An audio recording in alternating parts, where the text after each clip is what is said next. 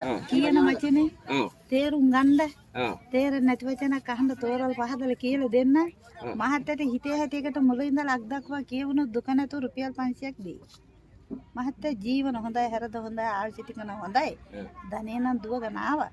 මේ දුවගෙන ආපු ධන රේඛ හතරමකදීම නැවතුණා. ඔව්. ධනෙට වඩා කොයි ගමනකට කාරණකට බැස්සොත් හිත ලොකුයි.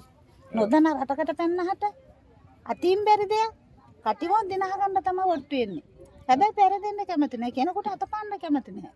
මේ අතෙන් මිල මුදල් තියනවා නම් ඉල්ලන කෙනෙකුට අතෙන් කස් කියලා දෙන්න හිතයි. දුන්නාම අපිට ගන්නම් කියලා හිතන්න එපා. අද පින්තක දුන්නා කියලා හිතා ගන්න.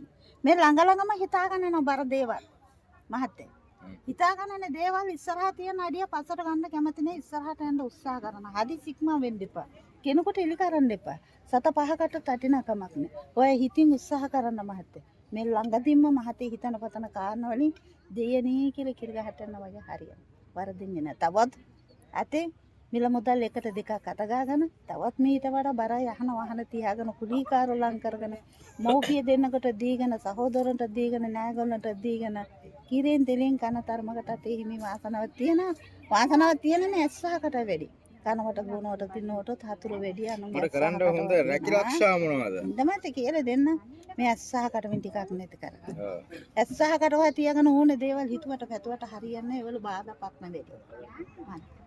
ඇස්සහකට වන් ටිකක් අස්තරහ ගත්තත් මහත්ම ළඟ ළඟම හිතාගෙන එන දේවල් දෙයනේ කියලා කිරගහට යන වගේ හරියනවා. වරදින්නේ නැහැ. මේ ඇස්සහකට වන් නිසා ඔන්න මෙන්න කියලා ලැබෙන දේවලුත් අතපා වෙනවා.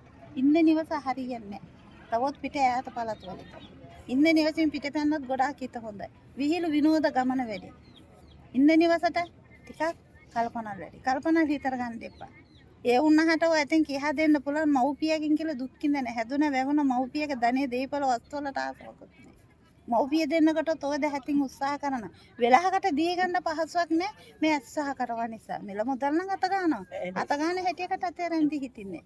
දෙයනේ කියලා අස්සහකට ටිකක් අස් කරහ ගන්න හිතේ තියෙන දේවල් බලහපොරතු ගන්නවල් කෙනෙකුට එලි කරන්න එපා. ඔය හිතින් උත්සාහ කරලා ගෙනියන්න ඉදිරි අනාගතයකට දෙයනේ කියලා මහත්තයට කිසිම දේවල් හිතන පතන කාරණාවල් අඩුපාඩු නැතුව තවත් දෙයනේ කියලා දිනන්න නම් ඔයතේ පුළුවන්. පරදින්නේ නැහැ. ඒ වුණාට කටෙන් සැර වුණාට හිතන සැරන හිත හොඳයි. ඉන්නේ නම් කුෂුවාගේ පැන්නත් නැයට වගේ තරහ කෙන්ති තෙලහකට ඉක්මා වෙනවා. තරහ නිමුණෝ සාධන අනුකම්පාවයි.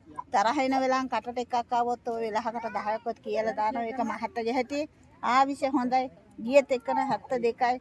ආවිෂ ගන්න හිතන්නේ නැතුව ගෙනියන හොඳ නරක පොව්පින් ඊතර ටිකක් දීලා කාලා තින් කටින් තින් කරා ගත්තත් ඔය නොදන රටකට පැනලා ගහක් ගල උඩ හිටියට මව්පිය දෙන්න දීප ආශිර්වාදයෙන් කොතන ගියත් වේලා වෙන්න එපා.